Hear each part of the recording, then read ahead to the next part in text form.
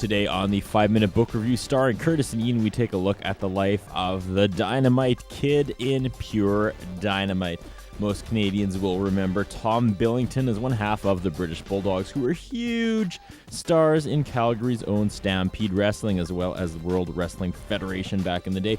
Well, this book is interesting and different than other wrestling autobiographies for a couple of reasons. The first, it's only 200 pages, about half the length of all others. And second, this book is not affiliated or endorsed by the WWE in any way, so he can say whatever he wants, and he does. Coin toss to start, and Curtis is the winner. Today on the 5-Minute Book Review, starring Curtis and Ian. Hey, it's time. Let's do another wrestling autobiography. This time it's the Dynamite Kid's Pure Dynamite. I don't think I've ever seen a Dynamite Kid match in its entirety. I know nothing about the British Bulldogs. It was before my time as a wrestling fan. I see every once in a while like a clip of him in a highlights reel or whatever, or looking at the past, the 80s, the 70s. So I went into this with kind of low expectations, and I have to admit, it is probably my favorite wrestling book I've read, to be honest. I don't know why. It has got to be the way he writes it.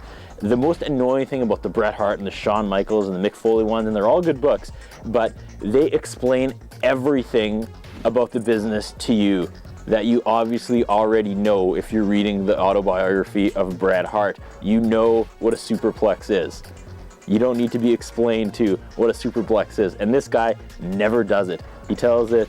He talks to you like you actually know what's going on, and he's negative, but not like annoyingly negative.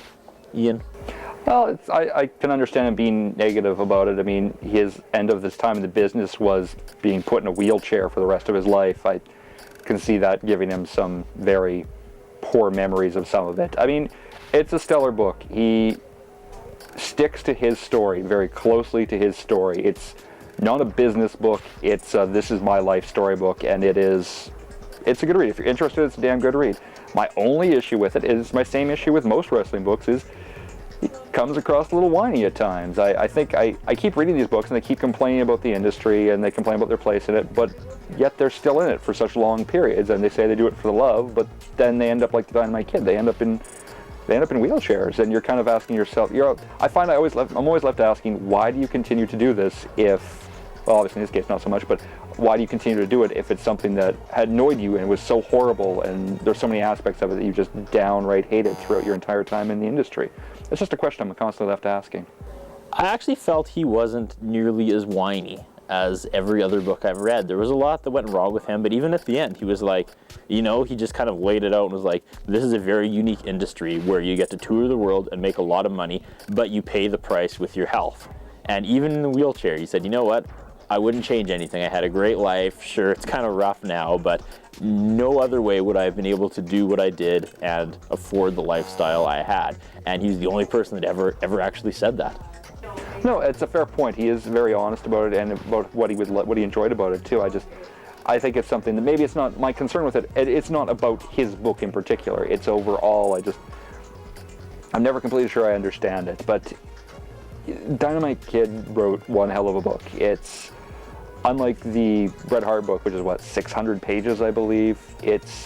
This book is far more compact. It gets the same point across, and it does it in a more concise, and I think a lot of times in a more interesting fashion. I'm not a big, like I said, I don't know his career extremely well, but you know what? It's still a very, very, very interesting book. You really hit the nail on the head, though, with the only 200 pages. That's all it needs to be. And 3 pages in, he was talking about working for Stampede Wrestling, and one of the Hart brothers used to be a referee, and he said after every match, the villain or the heel would push this referee, and he would always bounce off the ropes, do cartwheel, and kick the villain in the stomach. Now, any other book, they would have spent the next 2 pages talking about how that affects business, and you've got a weak-looking heel, and then when he's not going to make any money when he goes against the top baby face, and they're not going to make any money, it's a waste of time, it's a bad move. His is, he comes off the ropes, does a cartwheel, and kicks the villain in the stomach. Period. Jerk. Period. Brilliant. Oh, absolutely. That's all you need. Again, if you're reading a book about the Dynamite Kid, you know about wrestling. You don't have to be talked to like you're 6. You're not going to pick up a book about wrestling if you don't know pretty much everything about it already. I mean, come on. Yeah, it's true. Yeah. It's a niche. It is. Again, seriously, never saw a match of his. This is the best wrestling book that I've read. Agreed. I really enjoyed it. Absolutely agreed. Thumbs up. Oh.